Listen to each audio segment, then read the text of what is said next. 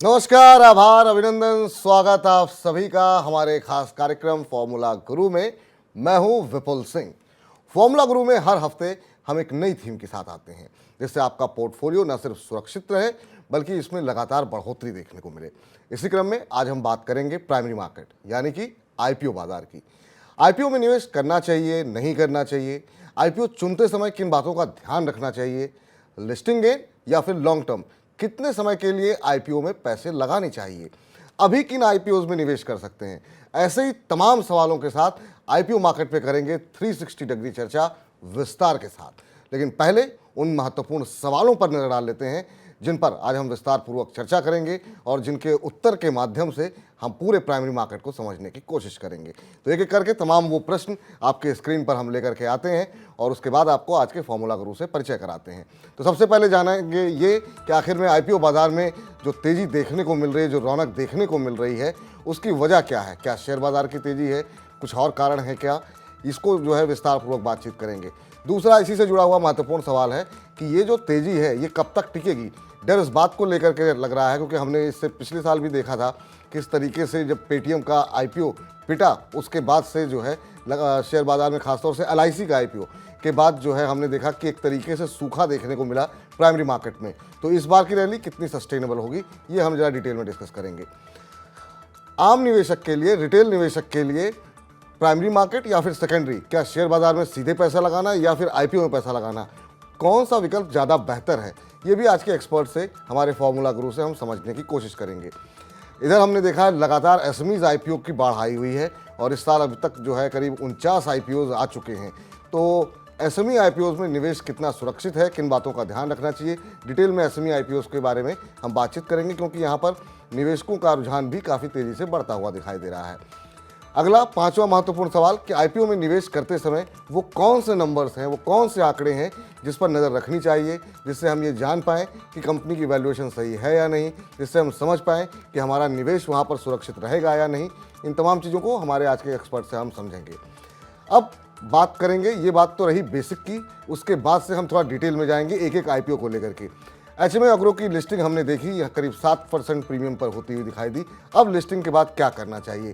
क्या एक बार फिर से बाजार में लिस्ट होने के बाद क्या वहाँ पे एंट्री ली जा सकती है? जिन लोगों ने एंट्री ली हुई है और लिस्टिंग गेन लेकर के अभी नहीं निकले हैं, क्या उन्हें निकल जाना चाहिए? लंबी अवधि में कैसा है, डिटेल में बातचीत करेंगे। इसके अलावा आइडिया फोर्स की लिस्टिंग का सबको इंतजार है। यहाँ पर लिस्टिंग में लिस्टिंग गेन लेकर के निकला जाए या फिर लॉन्ग टर्म के लिए आइडिया फोर्स में बना रहा जाए, ये भी हम ज़रा डिटेल में बातचीत करेंगे। उसके बाद से हम बातचीत करेंगे, मंगलवार को एक नया आईपीओ खुला सेनको गोल्ड, यहाँ पर क्या रणनीति होनी चाहिए? क्या यहाँ पर भी पैसे लगाए जा सकते हैं या फिर सेनको गोल्ड को अवॉइड करना चाहिए? अल्फा लॉजिक इंडस्ट्रीज़ के आईपीओ में निवेश करना चाहिए कि नहीं करना चाहिए, क्योंकि लगातार आईपीओ खुले हुए हैं, बहुत सारे आईपीओ की लिस्टिंग होनी बाकी है। तो अल्फा लॉजिक इंडस्ट्रीज़ में क्या, किस तरह की रणनीति होनी चाहिए, किस तरह की वैल्यूएशन है, डिटेल में इस कार्यक्रम में हम बताएंगे आपको। और आने वाले समय में जुलाई महीने में बहुत सारी दिग्गज आईपीओ जो है वो आने वाले हैं। वो कौन कौन से आईपीओ हैं जहां पर कि हमें निवेश करना चाहिए, इस पर भी डिटेल में बातचीत करेंगे। तो आज का कार्यक्रम बेहद खास रहने वाला है। प्राइमरी मार्केट को पूरी तरीके से हम समझने की कोशिश करेंगे और इस समझाने की प्रक्रिया में आज के हम अपने फॉर्मूला गुरु से आपका परिचय कराते हैं। तो आज के हमारे गुरु बनना स्वीकार किया है शेयर बाजार के expert, market expert Santosh Kumar Singh ji ने। संतोष जी, बहुत बहुत आभार, अभिनंदन, स्वागत सर आपका हमारे इस खास शो में, फॉर्मूला गुरु में। आज की चर्चा शुरू करें सर, आज की थीम पे बातचीत करें। उससे पहले आपसे जानना चाहेंगे एक जनरल व्यू बाजार के ऊपर, क्योंकि बाजार लगातार नए उच्चतम स्तर बना रहा है, बहुत लोगों को डर भी लग रहा है। तो ये डरने का वक्त है, खरीदने का वक्त है, या अभी थोड़ा सा बाजार से दूरी बनाने का वक्त है? धन्यवाद विपुल जी, आप मेरे को आमंत्रित करने के लिए आपने इस प्रिविलेज शो पे। और जहाँ तक बाजार की बात है विपुल जी, लगातार 2-3 दिन से हम देख रहे हैं कि एक बड़ी अच्छी तेजी है मार्केट में। एटलीस्ट हेडलाइन जो इंडाइसेस हैं उस पे है, लेकिन अगर आप पूरे बाजार को देखेंगे, जहाँ पर कि हम डेप्थ ऑफ द मार्केट देखते हैं, तो वहाँ पर माहौल थोड़ी और है। क्योंकि आज भी अगर आप देखें तो एडवांस डिक्लाइनिंग रेशियो फेवर में नहीं थे डिक्लाइन ज़्यादा था, एडवांस कम थे। मतलब ओवरऑल मार्केट जो है उतना तेज नहीं है जितना हमको इंडाइसेस से दिख रहा है। तो और कभी भी अगर इस तरह का डाइवर्जन दिखता हो मार्केट में तो थोड़ी सावधानी आपको बरतनी चाहिए कि बहुत ज़्यादा गमगो न हो करें और एग्जूबरेंटली जाकर कोई भी चीज़ को न खरीदें। ये चीज़ देखने को डेफिनेटली मिल रही है मार्केट में। और जिस तरह से जो चीज नहीं चली थी, अगर आप देख लें वो चीजें चल रही हैं। जो बैंक नहीं चले थे, जी। पीएसयू बैंक, वहां पर तेजी देखने को मिली है। या फिर बड़ी जितनी भी कंपनियां हैं, क्योंकि एफआईआई का फ्लो काफी पॉजिटिव है। पिछले 2 महीनों में तकरीबन 55-56 हजार करोड़ रुपए ऑलरेडी खरीद चुके हैं। और अब इस महीने भी लगातार आप देखें तो वो खरीदारी किए जा रहे हैं कैश मार्केट में। जी। लेकिन आपको ये ध्यान रखना चाहिए कि मार्केट अर्निंग्स जो है हेड द कॉर्नर है। आपको ये देखना होगा अब एल नीनो के इफेक्ट कैसे होते हैं, बारिश का सीजन कैसा होता है। इन्फ्लेशन ने तो पूरी कमर तोड़ रखी है। अगर फूड इन्फ्लेशन की बात की जाए तो वहां पर अगर आप देखें सब्जियों के दाम आसमान छू रहे हैं। तो ये तमाम हेडविंड्स हैं, लेकिन इसमें आपको ग्राउंडेड रहना है। बहुत ज्यादा तेजी दिख रही है तो प्रॉफिट आ रहा हो तो प्रॉफिट बुक करने की सलाह होगी कि आपको ज्यादा करना, जहां भी अपने पोर्टफोलियो में प्रॉफिट मिल रहे हो अच्छे हैंडसम, तो उसको बुक करना चाहिए। इन स्तरों पर जाकर कोई भी चीज खरीदने से मुझे लगता है कि बचना चाहिए। अगर खरीदना भी है तो 10 से 15% से ज्यादा ना खरीदें। तो सीधी सीधी सलाह यही है कि अब बाजार नए उच्चतम स्तर पे कामकाज कर रहा है और जो आने वाला समय है, कुछ एक कंसर्न जो बताया गया संतोष जी की तरफ से, फूड इन्फ्लेशन एक बड़ी चिंता है। इसके अलावा आने वाले समय में मॉनसून को लेकर के जो कंसर्न निकल करके आ रहे हैं वो बाज़ार की मुश्किलें बढ़ा सकता है, और साथ ही साथ जो नंबर्स आने वाले हैं उस पर भी बाज़ार की नज़र रहेगी। तो बहुत अग्रेसिवली कुछ खरीदे नहीं अभी, जहां मुनाफा मिल रहा है आपको तो मुनाफा बुक करते रहें। चलिए अब वापस लौटते हैं आज की थीम के ऊपर और एक एक करके तमाम प्रश्न हमारे फॉर्मूला गुरु संतोष जी से पूछेंगे। संतोष जी, पहला प्रश्न तो यही कि ये जो आईपीओ मार्केट के अंदर हम रौनक देख रहे हैं, इसकी वजह आप क्या मान रहे हैं? क्योंकि हर दूसरे दिन नया आईपीओ आ रहा है, और क्या शेयर बाजार की तेजी ही एकमात्र वजह है या इसके पीछे आप और भी कारण मान रहे हैं? विपुल जी, इंग्लिश में एक कहावत है, make a hay while it is sunshine. Hay एक तरह की घास होती है जो कि आप विदेशों में ऐसा मानते हैं कि जब धूप निकली हो तो अपनी जो भी गीली घास है उसको सुखा लें। तो मुझे लगता है कि अभी एक बुल मार्केट चल रहा है, और बुल मार्केट जब चलता है तो ये पैसा भुनाने का या कह लें कि कैपिटल रेज करने का एक अच्छा मौसम होता है। और कंपनियां वही कर रही हैं। बुल मार्केट में चूंकि वैल्यूएशन आपको अच्छे मिलते हैं, लोग जो है आपको ऊंचा भी वैल्यू रखते हैं तो देने के लिए राजी या तत्पर हो जाते हैं। लेकिन जैसा मैंने कहा कि आपको अगर कोई भी आईपीओ में निवेश करना है, आप कंपनी के बारे में काफी खोजबीन करें, कैश फ्लो को देखें। कंपनी जिस क्षेत्र पर है, क्या आने वाले दिनों में अपॉर्चुनिटी साइज इतनी ज्यादा है कि हमें इस बढ़े हुए वैल्यूएशन पे भी उस कंपनी को खरीदना चाहिए। तो इन तमाम चीजों को देखें, प्रमोटर की पेडिग्री को देख लें किस तरह से है, सेक्टर आउटलुक कैसे हैं, कंपनी के इफिशिएंसी रेशियोज कैसे हैं। तो इन तमाम चीजों को देखें, और वैल्यूएशन डेफिनेटली आपको देखना चाहिए, क्योंकि आप जो चीज खरीद रहे हैं वह वास्तव में क्या उसके दाम हैं। कभी कभार ऐसा होता है कि आप महंगी चीजें खरीदते हो, बाजार और भी महंगा कर देता है। लेकिन वो कभी कभी होता है कि वो चीजें बढ़ती हैं, लेकिन मोस्ट ऑफ द टाइम जब मार्केट रिकॉग्नाइज करता है कि इसका वैल्यूएशन इतना नहीं होना चाहिए तो फिर उस चीज पर जो है गिरावट देखी जाती है। तो मुझे लगता है कि ग्राउंडेड रहें और वैल्यूएशंस को डेफिनेटली देखें, बिल्कुल। कंपनी के कामकाज करने के तरीके को देखें और उसके बाद ही निवेश करने की योजना बनाएं। तो ये जो आपने जिक्र किया कि बाज़ार जो है फिर वो सही वैल्यूएशन पे ले आता है, और इसका दर्द तो मुझे लगता है ज़ोमैटो और पेटीएम के आईपीओ में जिन्होंने पैसे लगाए, और या फिर उस पे उन्होंने बाद में जिन्होंने पैसे लगाए, वही जानते हैं कि काफ़ी लंबा समय हो गया, अभी तक वो भाव देखने को नहीं मिले हैं। अब सर, दूसरा महत्वपूर्ण प्रश्न ये है कि आईपीओ बाज़ार की ये तेज़ी जो देखने को मिल रही है, ये कब तक टिकेगी? क्योंकि ये सवाल इसलिए महत्वपूर्ण है क्योंकि पिछली बार भी हमने देखा था कि ज़ोमैटो का आईपीओ आया, बहुत शानदार रिस्पांस, उसके बाद भी लोग कह रहे थे खरीदिए खरीदिए, और लगातार तेज़ी देखने को मिल रही थी। लेकिन बाद में हमने देखा क्या हुआ, पेटीएम के साथ भी यही हुआ। एलआईसी ने सबसे ज़्यादा निराश किया, उसके बाद से तो प्राइमरी मार्केट में सुखाई पड़ गया। इस बार की रैली आपको लगता है कि सस्टेनेबल होगी क्या? और वैल्यूएशन को लेकर के चूँकि काफ़ी बातें हो चुकी हैं, तो क्या जो आईपीओज़ आ रहे हैं उनकी वैल्यूएशन जो है, आपको भविष्य में आने वाले आईपीओज़ की आपको लगता है थोड़ी मतलब बैलेंस करके ही वैल्यूएशन आएंगी? देखिए, बुल मार्केट में ये उम्मीद करना विपुल जी कि बैलेंस वैल्यूएशन आएगा शायद कम होगा, क्योंकि बुल मार्केट एक ऐसा टाइम होता है जब इन्वेस्टर्स ज्यादा वैल्यूएशन जो है देने को तैयार हो जाते हैं और कंपनियां उस वैल्यूएशन पे पैसे उठा लेती हैं। लेकिन हमेशा जब कोई भी चीज खरीदें, हम जैसे बाजार जाते हैं तो खरीदते हैं तो रिलेटिव जो है एसेट्स के दाम देखते हैं कि क्या चीजें चल रही हैं मार्केट में, और रिलेटिवली ये स्टॉक कितना महंगा या कितना सस्ता है, और अपॉर्चुनिटी कॉस्ट हम कितना दे रहे हैं, तो इन तमाम चीजों को जरूर देखना चाहिए। और बुल मार्केट, ये आईपीओ जो है, आईपीओ कब तक चलेगा, तो मुझे लगता है कि जब तक आप बाजार में तेजी या फिर हरियाली देख रहे हैं तब तक जो है डेफिनेटली जारी रहेगा, क्योंकि ये मौसम वैसा ही है कि जो है ऐसी हवा चली है जिसमें कि हर कोई जो है इसके मजे लूटना चाहता है। हम्म। मुझे लगता है कि आपको बहुत पारखी नज़र से ऐसे बिजनेसेस को पैसे देने चाहिए जहां पर कि अपॉर्चुनिटी साइज अच्छी हो। और अभी हाल फिलहाल में विपुल जी 2-3 आईपीओ गए हैं हम्म। जो जहां पर कि काफी अच्छी प्रोमिसिंग जो है फ्यूचर दिखाई पड़ता है। उसमें आइडिया फोर्ज है, साइन डीएलएम जैसे आईपीओ गए हैं, और आने वाले दिनों में सेंको गोल्ड भी लगता है कि रिलेटिवली उस पर सर एक एक आईपीओ इतना पे हम वैल्यूएशन। डिटेल में चर्चा करेंगे। पूरी जो हमने लिस्ट बनाई हुई है उसमें एक जो है हम उस पर आएंगे एक एक करके कि किस आईपीओ पे क्या आपकी राय है। और अब तीसरे सवाल पर आते हैं सर, कि तीसरा महत्वपूर्ण सवाल ये है कि जो रिटेल निवेशक है जिसको बहुत ज़्यादा शेयर बाज़ार के बारे में पता नहीं है, लेकिन वो जानकारी इकट्ठा करके अगर निवेश कर रहा है तो उसके लिए क्या सही रहता है, प्राइमरी मार्केट या सेकेंडरी मार्केट? क्योंकि यहाँ पर एक समय के लिए पैसे भी आपके बंधे रहते हैं। और इसी के साथ साथ एक छोटी सी टिप्पणी इस पर भी चाहेंगे, जो अभी सेबी के नए नियम आए हैं, अब महज 3 दिन के अंदर लिस्टिंग करानी होगी। ये रिटेल निवेशकों के लिए कितना बेहतर आप मान रहे हैं, और प्राइमरी या सेकेंडरी रिटेल निवेशक के लिए क्या बेहतर है? देखिए, प्राइमरी और सेकेंडरी ये मुझे लगता है कि ये दो अलग अलग चीजें हैं, दो अलग अलग मार्केट है एक्चुअली में बेसिकली विपुल जी।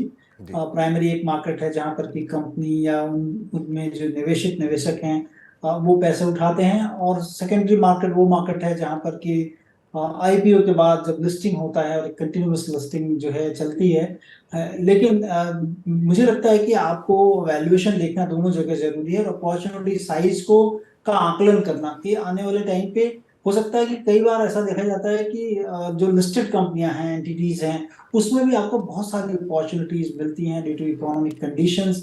या फिर अगर बॉटम अप अप्रोच करें तो आप कंपनियों के भी फंडामेंटल्स और कंपनी के विस्तार की योजनाओं के कारण जो है उसमें कई कई बार अच्छी अपॉर्चुनिटी मिलती हैं। जी। तो ये कहना कि जो है आईपीओ ही अच्छा होगा, ऐसा मुझे नहीं लगता। ये दोनों जगह है, लेकिन आपको specifically company size, specific company को देखना जरूरी होता है। और आईपीओ में कभी कभी क्या होता है कि जैसे जब जो है मार्केट कई बार कई चीजों को इग्नोर करता है, तो आईपीओ में भी बहुत अच्छे अच्छे आईपीओ हो सकता है कि आपको मिल जाएं। तो आपको इसीलिए अपॉर्चुनिटी तलाश करनी चाहिए मटेरियल की, कौन सा मार्केट हो, चाहे प्राइमरी हो चाहे या सेकेंडरी हो, दोनों जगह अपॉर्चुनिटी मिलती हैं, बशर्ते कि आपको ढूंढना पड़ेगा इसमें। ढूंढना पड़ेगा, आप थोड़ी मशक्क़त कीजिए। और चाहे प्राइमरी हो या सेकेंडरी, आईपीओ मार्केट हो या फिर जो पहले से लिस्टेड शेयर हैं, कहीं पर भी आपको सही शेयर को चुनना होगा, तभी आप पैसे बना पाएंगे। सर एक छोटी सी टिप्पणी, जैसा मैंने आपसे कहा था कि अब ये जो नए नियम आ रहे हैं कि अब 3 दिन के अंदर जो है लिस्टिंग करानी होगी, शायद सितंबर अक्टूबर से शुरू हो जाएगी ये अब नए आईपीओस की, इसको किस लिहाज से देख रहे हैं आप? रिटेल निवेशक के लिए कितना आसान होगी प्रक्रिया? देखिए, पैसा कितना जल्दी, मतलब आपको आपके सामने थोड़ी क्लैरिटी हो जाती है कि पैसा आपका रिलीज हो गया, मतलब आपके मिल गया कि आपको आईपीओ मिलेगा या नहीं मिलेगा, और आपके अकाउंट में वो पैसे वापस आ गए। ताकि, क्योंकि कई बार ऐसा होता है जब आईपीओ चल रहे होते हैं, और बुल मार्केट डेफिनेटली तभी होता है जब ये, मतलब जब बुल मार्केट होता है तब आईपीओ चल रहे होते हैं। और कई बार जिसके पास छोटी पूंजी होती है वो सब जगह नहीं लगा सकते, और पैसा जल्दी आता है तो आप एक नए आईपीओ में लगा सकते हैं। जैसे कि अभी आप लाइन से देखेंगे पूरा आईपीओ गए, तो अगर लिमिटेड पैसा है रिटेल इन्वेस्टर के पास तो वो शायद सब जगह नहीं लगा पाए। तो ये उनके लिए एक सुविधा हो सकती है कि आप जो है, अदरवाइज और कोई सुविधा नहीं होगी, आपका कैपिटल इफिशिएंटली आप यूज कर सको, कई बिल्कुल। आईपीओ में लगा सको। उसमें एक सुविधा डेफिनेटली मिल सकती है। ठीक। चलिए अब अगले प्रश्न पर आते हैं। सर हमने देखा कि जिस तरीके से आईपीओस की बाढ़ लगी हुई है, उसमें एसएमई आईपीओस भी काफ़ी ज़्यादा देखने को मिल रहे हैं। 2022 में भी काफ़ी अच्छा, काफ़ी सारे एसएमई आईपीओस आए। अभी भी जो है इस साल अगर हम 2023 की बात करें तो करीब 49 के आसपास शायद आईपीओ आ चुके हैं, और 33 जो है वो अपना जो उनका ऑफर प्राइस था उससे ऊपर ट्रेड कर रहे हैं। एसएमई आईपीओ को आप किस तरीके से देख रहे हैं, यहाँ पर निवेश कितना सुरक्षित है, ओवरऑल इस सेक्टर पे आपकी क्या राय है? देखिए, एसएमई आईपीओ कहने की रिटेल को अवॉइड करना चाहिए बेसिकली, क्योंकि कंपनियां बहुत छोटी होती हैं, और छोटी कंपनियों में रिस्क भी उतना बड़ा होता है, क्योंकि इनको अगर एसएमई पे लिस्ट करना है इसका मतलब है कि इनका कैपिटल साइज बहुत छोटी होती है, और इन कंपनियों के बारे में इंफॉर्मेशन आपको रेडिली अवेलेबल नहीं होती है, इनके प्रमोटर के बारे में, कंपनी के काम काज करने के बारे में। और कंपनी में हर तिमाही रिजल्ट भी नहीं देती हैं कंपनियां, हर 6 महीने पे रिजल्ट बाय कंप्लायंस है इनका। तो बहुत सारी चीजें अगर कोई बारीकी से नहीं देख रहा हो तो मुझे लगता है कि उसके लिए ये जगह नहीं होनी चाहिए। और यहाँ पर रिस्क जो है, एसोसिएशन काफी ज्यादा है और रिवॉर्ड भी उसी तरह है, क्योंकि जिस बिजनेस में रिस्क ज्यादा है इसका मतलब है कि वहां पर रिवॉर्ड भी आपको मिल सकते हैं ज्यादा। तो बेसिकली आप अवॉइड करना चाहिए एसएमई सेक्टर। और यहाँ पर एक माध्यम दिया गया है कि अगर कोई एंटरप्रेन्योर है और उसको कैपिटल की जरूरत है कैपिटल मार्केट से, तो वो डेफिनेटली उठा सकता है पैसा। और जो जानकार लोग हैं, जो प्रबुद्ध हैं, जो जो इसको बारीकियों को जानते हैं, उन्हें लगाना चाहिए। और बहुत ही नजदीक से जो इन चीजों को देख रहे हैं, क्योंकि कई हादसे भी हुए हैं पिछले कई सालों में। तो मुझे लगता है कि रिटेल इन्वेस्टर को थोड़ा बचना चाहिए, क्योंकि मेन बोर्ड में जाएं, वहां पर बहुत सारी कंपनियां हैं और कैपिटल सेक्टर की बहुत सारी अच्छी कंपनियां हैं, जिसमें कि बड़ी बड़ी कंपनी में आप पैसा लगा सकते हैं। हो सकता है रिटर्न कम आए, लेकिन आपके पैसे जो है रिलेटिवली सेफ हों, ऐसी जगह लगाना चाहिए।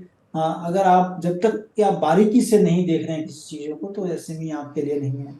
तो आपके लिए सलाह यही है कि अगर आप रिटेल निवेशक हैं, बहुत ज़्यादा बाजार की समझ नहीं है, तो सिर्फ किसी के कहने पर किसी भी आईपीओ में पैसे ना लगाएं, खासतौर से एसएमई आईपीओज में अवॉइड करें। यहाँ पर एसएमई आईपीओज को बहुत सारे मेन बोर्ड्स के जो अच्छे अच्छे आईपीओज आ रहे हैं वहाँ पर आप निवेश कर सकते हैं, जो जानकार लोग हैं वो इसमें निवेश कर सकते हैं। अगला महत्वपूर्ण प्रश्न ये सर कि जब भी कोई आईपीओ, अभी आप थोड़ा कुछ एक जानकारी आपने दी भी थी कि जब भी कोई आईपीओ को सेलेक्ट करें, निवेश करते समय वो कौन से नंबर्स, कौन से आंकड़े होते हैं जिन पर कि खास तौर से निगाह रखनी चाहिए, क्योंकि कभी हम सुनते हैं कि वैल्यूएशन को लेकर के बातें निकल के आ जाती हैं, कभी हम देखते हैं कि कंपनी के फंडामेंटल्स को लेकर सवाल खड़े हो जाते हैं। वो कौन से नंबर्स हैं जिन पर की नज़र रखनी चाहिए किसी भी आईपीओ में पैसा लगाते समय? सबसे पहले आप एक चीज को देखें कि आईपीओ में जो पैसे उठाए जा रहे हैं, अब वो किस चीज के लिए उठाए जा रहे हैं। तो इसमें आईपीओ में हमेशा एक बाइफरकेशन होता है कि आईपीओ से फ्रेश इशू आ रहा है कितने का, और ओएफएस कितने का आ रहा है। ओएफएस का मतलब है कि जो एग्जिस्टिंग शेयर होल्डर्स हैं वो पैसे निकाल के ले जाएंगे, और फ्रेश इशू का मतलब है कि वो पैसा कंपनी में वास्तविक रूप में यूज होगा, चाहे वर्किंग कैपिटल में हो, चाहे केपेक्स में हो, चाहे अदर कॉर्पोरेट पर्पसेस में हो। तो मुझे लगता है कि ऐसी कंपनियों को देखना चाहिए जहां पर कि जो कि एकदम प्राइमरी स्टेप है कि आपको पहले वो कंपनी देखे जहां पर फ्रेश इशू ज्यादा हो, और वो पैसे कंपनी में लगे और कंपनी का कामकाज करने का तरीका है और उनकी एफिशिएंसी में चेंज आए। उसके बाद देखते हैं कि जो है कितना डाइल्यूशन होता है, जो भी फ्रेश इशू होने के बाद कितना डाइल्यूशन होगा नंबर ऑफ शेयर्स का। और उसके बाद जो आने वाले जो है पोस्ट आईपीओ, इनका ईपीएस कितना होगा और कितनी डाइल्यूशन होगी और कितनी ज्यादा अर्निंग हो सकती है। इन चीजों को ध्यान रखें। उसके बाद देखें कि प्रमोटर की पेडिग्री कैसी है, और प्रमोटर का स्किन इन द गेम है कि नहीं। ऐसा तो नहीं है प्रमोटर एक लार्ज चंक बेच के ही निकल जाए और उनकी हिस्सेदारी बिजनेस में कम हो जाए। तो स्किन इन द गेम का मतलब है कि प्रमोटर की हिस्सेदारी अच्छी होनी चाहिए, और उनकी जो है क्योंकि अगर वो बिजनेस सबसे ज्यादा अच्छा समझते हैं इसीलिए प्रमोटर हैं। और प्रमोटर अगर निकलते हैं बेच के, तो ये थोड़ा सा रेड फ्लैग होता हम लोग देखते हैं। ये इस चीज को देखें। उसके बाद देखें कि कंपनी ने जो पिछले 3 सालों में जो भी कमाई की है, उसके कैश फ्लोज कैसे रहे हैं, कमाई में बढ़ोतरी हुई है कि नहीं, इनके ऑर्डर बुक बढ़ रहे हैं कि नहीं, और कंपटीशन कैसा है, पीयर्स ग्रुप से इनके एफिशिएंसी रेशियो, प्रॉफिटेबिलिटी रेशियो और इनके रिटर्न रेशियो कैसे रहे हैं। इन 3-4 चीजों को देख लें, तो आपको समझ आएगा एटलीस्ट कि अपने जो है रिलेटिव वैल्यूएशंस कंपनी की कहाँ स्टैंड होती है। और जो पैसे उठा रहे हैं वो कितने पी पे उठा रहे हैं, और उसके बाद पैसे का कितना एफिशिएंटली यूज कर सकते हैं। तो ये कुछ चीजें हैं आपको देखना चाहिए। प्लस जरूर ये देखें जी कि जिस सेक्टर में कंपनी है वहां से ग्रोथ के क्या प्रोस्पेक्ट हैं। क्योंकि अगर आप इनके आरएसपी जो रेड हेरिंग प्रोस्पेक्टस है, इसमें एक सेगमेंट होता है जैसे ये अबाउट देयर बिजनेस बताते हैं, और बहुत ही लंबी फहरिस्त रहती है इसमें जी उनके बिजनेस के बारे में, पूरे इकोसिस्टम के बारे में वो जानकारी देते हैं। अगर कोई भी रिटेल निवेशक हो या कोई भी इन्वेस्टर हो, जाए पढ़े उन चीजों को, एक बहुत बड़ी जानकारी मिलती है पूरे सेक्टर के बारे में। दूसरी, कंपनी क्या करने वाली है ये भी आपको समझ आता है। जी तो बहुत अच्छी जानकारी इनके रेड हेरिंग प्रोस्पेक्टस में रहती है, उसको देख लें। कोई कंटिंजेंट लाइबिलिटी इनके बुक्स पे है कि नहीं, मतलब कोई लिटिगेशन चल रहा हो या कोई जी आने वाले फ्यूचर में इनको कोई पैसा नहीं देना पड़े, हम्म, इस तरह की कोई चीजें हैं कि नहीं। बोर्ड किस तरह से है कंपनी का, फैमिली मेंबर्स तो ज्यादा नहीं है या प्रोफेशनल मेंबर्स ज्यादा हैं। बोर्ड के लोगों में जो सैलरी का डिस्ट्रीब्यूशन है और एवरेज सैलरी लोगों की जो है वो, उसमें बहुत ज्यादा डिस्पैरिटी तो नहीं है। ये कुछ चीजें हैं जो कि आपको ठीक आकलन करनी चाहिए, और इसमें अगर कंपनी खरी उतरती है हम्म। तो मुझे लगता है कि ऐसी कंपनियों के साथ आपको जाना चाहिए। तो काफ़ी लंबी चौड़ी फहरिस्त जो है संतोष जी ने बताई है कि आईपीओ को चुनने के लिए जो है क्या क्या करना चाहिए, किन किन आंकड़ों पर नज़र रखनी चाहिए, किस तरीके से कंपनी को परखना चाहिए, उसके बाद ही अपने पैसे को वहाँ पर निवेश करना चाहिए। तो ये बात तब उम्मीद करते हैं कि आईपीओ से जुड़ी हुई जो भी बेसिक बातें थी वो सब आपको समझ में आ गई होंगी। अब जरा एक एक करके जो तमाम आईपीओज आए हैं, आ रहे हैं, आने वाले हैं, इन पर जरा बातचीत कर लेते हैं। सबसे पहले जिनकी लिस्टिंग हो गई उसके बारे में बात करते हैं। एचएमए एग्रो की सर लिस्टिंग देखने को मिली, और जैसा कि उम्मीद थी कि औसत एक एवरेजिंग की बात हो रही थी कि औसत लिस्टिंग हो सकती है, वही देखा गया। करीब 7% प्रीमियम पे शेयर लिस्ट हुआ। सवाल सर यहाँ पर ये है कि एचएमए एग्रो के फंडामेंटल्स को आप कैसे देख रहे हैं? जिन लोगों को आईपीओ में नहीं मिल पाए उन्हें अब क्या करना चाहिए? क्या सेकेंडरी मार्केट से एंट्री करने की कोशिश करनी चाहिए? दूसरा, जिन लोगों ने अभी तक लिस्टिंग गेन लेकर के उन्होंने प्रॉफिट नहीं बुक किया है, उनको क्या करना चाहिए? क्या लॉन्ग टर्म में कैसा आपको लग रहा है, ये कंपनी कैसी लग रही है, और क्या कितने परसेंट के प्रीमियम के साथ जो है लोगों को अपना प्रॉफिट बुक करना चाहिए? देखिए, आज जो लिस्टिंग हुई है एचएमए एग्रो की, जहां पर इशू था उसी जगह पर जाकर क्लोज हुआ है। 6-7% के ऊपर की जो है इसमें आया था, इनका जो प्रीमियम आया था। जी लेकिन एक चीज जो कि इस कंपनी के साथ मुझे लगा कि शायद पूरे इन्वेस्टर कम्युनिटी में था कि जो ये कामकाज करते हैं उससे लोगों ने काफी दूरी बना के रखी थी। क्योंकि यूपी के आगरा की कंपनी है और ये मीट एक्सपोर्ट करते हैं, और शायद हमारे ये एक्चुअल में एक कल्चरल कॉन्फ्लिक्ट है जिसे हम कह सकते हैं, जिसके कारण कि शायद एक म्यूटेड रिस्पॉन्स रहा है इनके आईपीओ का। और वो एक बड़ा रीजन है। और कई बार तो ऐसा होता है कि जब लोग पैसे लगाते हैं, जी हम अपने पैसे को किस बिजनेस में इन्वेस्ट करें काफी सोचते हैं इसके बारे में, और शायद उसके कारण इनको काफी म्यूटेड रिस्पॉन्स मिला है। मैंने भी बहुत ज्यादा बारीकी से इस आईपीओ को नहीं देखा था, क्योंकि मुझे भी प्रिंसिपली ऐसा ओके नहीं था मेरे लिए भी कि मैं इसमें लगाऊं। और मैं बहुत ज्यादा कमेंट, चूंकि मैं प्रिंसिपली ओके नहीं था तो मैं इस पर फंडामेंटली कमेंट नहीं कर सकता विपुल जी। मैं और दूसरी जितने और सारे बिजनेस हैं उस पर मैंने जरूर मैं राय रखूंगा अपनी। ठीक। चलिए सर, अभी अब एक तो लिस्टिंग हो गई है, दूसरी लिस्टिंग का इंतजार है आइडिया फोर्ज को लेकर के। लिस्टिंग गेन को लेकर के काफ़ी सारी अटकलें लगाई जा रही हैं। ग्रे मार्केट प्रीमियम भी यहाँ पर अच्छा देखने को मिल रहा है। अब जिन लोगों को मान लीजिए कि ये शेयर अलॉट हो गए होंगे, तो उनको क्या करना चाहिए कि कहाँ पे लिस्टिंग गेन लेकर के निकल जाएं, और किस तरह के लिस्टिंग गेन की एक्सपेक्टेशन आप कर रहे हैं? यहाँ पर किस तरह का लिस्टिंग गेन मिलेगा लॉन्ग टर्म के लिहाज से? आइडिया फोर्ज कैसा दिखाई दे रहा है आपको? आइडिया फोर्ज एक अच्छी बिजनेस अपॉर्चुनिटी है बिल्कुल जी, क्योंकि हमारा जो डोमेस्टिक मार्केट है कह लें, वो डोमेस्टिक मार्केट में सिविल और डिफेंस दोनों में ड्रोन्स का मार्केट काफी बड़ा होने वाला है। और जैसा कि गवर्नमेंट ऑफ इंडिया बोर्ड बता रही है कि उनका प्रोक्योरमेंट जो है, डिफेंस प्रोक्योरमेंट इंडिजिनियस, मतलब अपनी ही कंपनियों या अपने देश की कंपनियों के थ्रू करेंगे, उसका एक बहुत बड़ा जो है लाभ इस कंपनी को मिल सकता है। क्योंकि ये कंपनी जो ड्रोन बनाती है वो डिफेंस और सिविल, जैसे कि हमारे एग्रीकल्चर कह लें या बहुत सारे सिविल वर्क्स होते हैं जिसमें कि ड्रोन से फोटोग्राफी की काफी जरूरत होती है, काफी इंफॉर्मेशन कलेक्ट होती है उनसे। जी एक आने वाले दिनों में बहुत अच्छा हैपनिंग सेक्टर है। और वैल्यूएशन बहुत ज्यादा एक्सुबरेंटली हाई नहीं थे, लेकिन अपॉर्चुनिटी साइज को देखते हुए लग रहा था कि आज जो वैल्यूएशन दिया जा रहा है, अगर 2 साल 3 साल बाद की हम इनके अर्निंग को देखेंगे तो उस लिहाज से सस्ता लग रहा था। इसलिए जो है हम लोगों ने भी इसको सलाह दी थी कि इसको जो है अपने पोर्टफोलियो में रखना चाहिए। एटलीस्ट थोड़ी लंबी दूरी के लिए रखें, तो इसमें और मुनाफा हो सकता है। लिस्टिंग गेन जैसा कि ग्रे मार्केट प्रीमियम बता रहा है, और जिस तरह से इनकी सब्सक्रिप्शन हुआ था, वो सब्सक्राइब किया गया, जी। मुझे लगता है कि उसमें काफी गंभो है लोगों के बीच में आइडिया फोर्स के बिजनेस को लेके। तो एक अच्छा बिजनेस है, आने वाले दिनों में काफी मुनाफा हो सकता है इसमें। तो लंबे अवधि का नज़रिया रखिए, आने वाले दिनों में अच्छी जो है मुनाफा मिलने की यहाँ पर उम्मीद है। और अभी जैसा हम ये ग्राफिक्स के ज़रिए दिखा रहे थे, एक बार फिर से दिखा दीजिए कि तमाम ब्रोकर्स क्या कुछ कह रहे हैं। हालांकि उनमें से 2-3 टिप्पणियाँ ऐसी भी रही हैं जिसमें कि कहा गया है कि सब्सक्राइब करिए लिस्टिंग गेन के लिए। 2 ब्रोकरेज हाउसेज ऐसे भी थे जिन्होंने कहा कि चेतावनी के साथ जो है, जोखिम के साथ जो है वो सब्सक्राइब करने की सलाह चॉइस ब्रोकिंग की तरफ से दी गई है। स्वास्थ्य का इन्वेस्टमार्ट की तरफ से भी कहा गया है कि कॉशन के साथ सब्सक्राइब करने की सलाह दी गई है। मोतीलाल ओसवाल ने सब्सक्राइब करने की सलाह दी है और स्टॉक बॉक्स ने कहा है लिस्टिंग गेन के लिए सब्सक्राइब करें। ये फिलहाल आइडिया पे राय निकल करके आती हुई, और संतोष जी भी कह रहे हैं लंबी अवधि में यहाँ पर अच्छे पैसे बनते हुए दिखाई देंगे। चलिए अब बात कर लेते हैं जरा एक और आईपीओ की, जो कि मंगलवार से खुला। सेनको गोल्ड के आईपीओ को लेकर के सर काफ़ी चर्चाएं हैं। आप कैसे देख रहे हैं कंपनी के फंडामेंटल्स को, अगर आपने ट्रैक किया हो तो? और यहाँ पर लॉन्ग टर्म के लिहाज से, शॉर्ट टर्म के लिहाज से क्या कुछ रणनीति आपकी रहेगी, और क्या रिटेल निवेशकों को यहाँ पर पार्टिसिपेट करना चाहिए, और करना चाहिए तो क्यों करना चाहिए?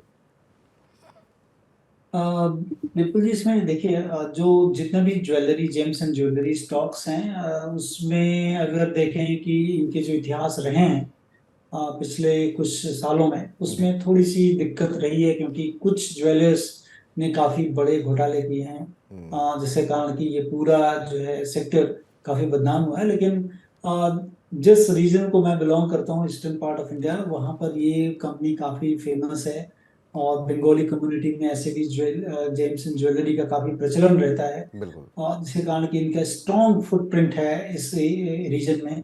वेस्ट बंगाल में कह लें या eastern region of India, Kolkata में खासकर देखा जाता है। अगर आप किसी भी तरह, मतलब कलकत्ता के किसी भी कोने में हो, तो आपको दिख जाएगा इनके ज्वेलरी के शोरूम।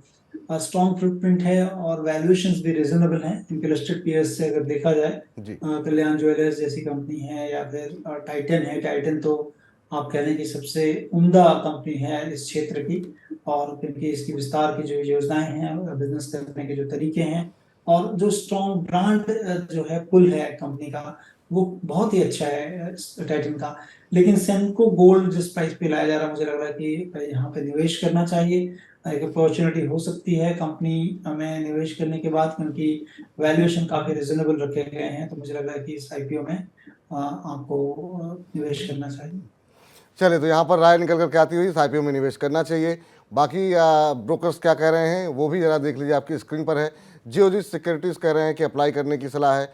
SMIFS लिमिटेड की तरफ से भी यहाँ पर अप्लाई करने की सलाह दी गई है। दिलीप दावड़ा साहब की तरफ से भी अप्लाई करने की सलाह है, और BP इक्विटीज़ भी अप्लाई करने की सलाह दे रहे हैं। और संतोष जी, जो आज के हमारे गुरु हैं, फॉर्मूला गुरु, उनका भी कहना ये है कि यहाँ पर आपको निवेश कर सकते हैं। वैल्यूएशन उनको भी आकर्षक लग रही है। अब आते हैं जरा अल्फा लॉजिक इंडस्ट्रीज़ के आईपीओ को लेकर के। अल्फा लॉजिक इंडस्ट्रीज़ का आईपीओ सर सोमवार से खुला। अभी किस तरीके से फंडामेंटल्स को अगर आप ट्रैक करते हो, तो इसके फंडामेंटल्स को अगर आपने चेक किया हो तो कैसा दिखाई दे रहा है, और यहाँ पर अवॉइड करना चाहिए या सब्सक्राइब करना चाहिए? बहुत ही निश सेगमेंट है, मैंने देखा था थोड़े बहुत, चूंकि एसएमई मैं बहुत कम ट्रैक करता हूँ because of the nature of business, और थोड़े एक्सीडेंट के चांसेस ज्यादा रहते हैं इसके कारण कि। और ये जो कंपनी है, वो duty storage racks, pallet racking system, ये तमाम तरह की चीजें बनाती हैं। उनके कोई पीयर्स नहीं है। कंपनी में जो फ्रेश इशू हो रहा है टोटल जो है वो 12 करोड़ 88 लाख रुपए का है। और पोस्ट आईपीओ जो है तकरीबन मुझे लग रहा था कि 40 या 50 करोड़ के आसपास मार्केट कैप होने वाला है। जी। बहुत ज्यादा मुझे अट्रैक्ट नहीं कर रहा है फंडामेंटली भी, तो मैं कहूंगा कि आप इसे अवॉइड करें बेसिकली। ठीक, तो यहाँ पर अल्फा लॉजिक इंडस्ट्रीज़ को अवॉइड करने की सलाह है, यहाँ पर पैसे ना लगाने की सलाह दी जा रही है संतोष जी की तरफ से। अब सर आखिरी प्रश्न आज का, कि अब आने वाले जो समय हैं उनमें कौन से वो आईपीओज हैं, खासतौर से अगर जुलाई अगस्त में देखें, जिस पर आपकी नज़र रहेगी? जरा कुछ एक नाम जो तैर रहे हैं हवा में कि इस महीने या अगले महीने तक ये आईपीओ आ सकते हैं, उसको जरा स्क्रीन पर लेकर के आइए और जरा आप बताते हैं अपने दर्शकों को। बहुत सारी कंपनियां ऐसी हैं जो कि जिन पर नज़रें बनी हुई हैं। इसमें फिनकेयर स्मॉल फाइनेंस बैंक है, इसमें बजाज एनर्जी काफ़ी जो है बज़ कर रहा है कि यहाँ पर जो है अच्छी कंपनी दिखाई दे रही है। स्टरलाइट पावर को का आईपीओ आना है, पेना सीमेंट को का भी आईपीओ आना है, जीईएफ इंडिया का आईपीओ आना है। सर आपकी नज़रें कहाँ पर रहेंगी और इन कंपनियों में से किसी पर कोई टिप्पणी या फिर जो आने वाली आपकी जहाँ पर नज़र पड़ी हो कि कुछ एक और आईपीओ जो आ सकते हैं बड़े?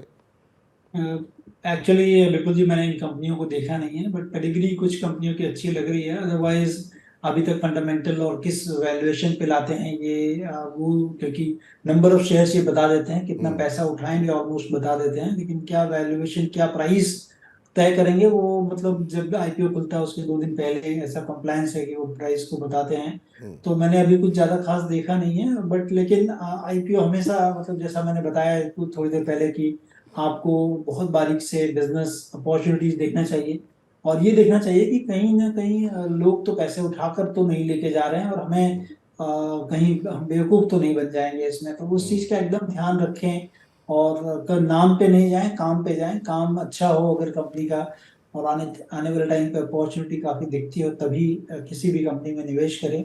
तो दाम किस दाम पर आ रहा है उसको जरूर देखें और क्या प्राइस आप पे कर रहे हैं वो जरूर देखें आप।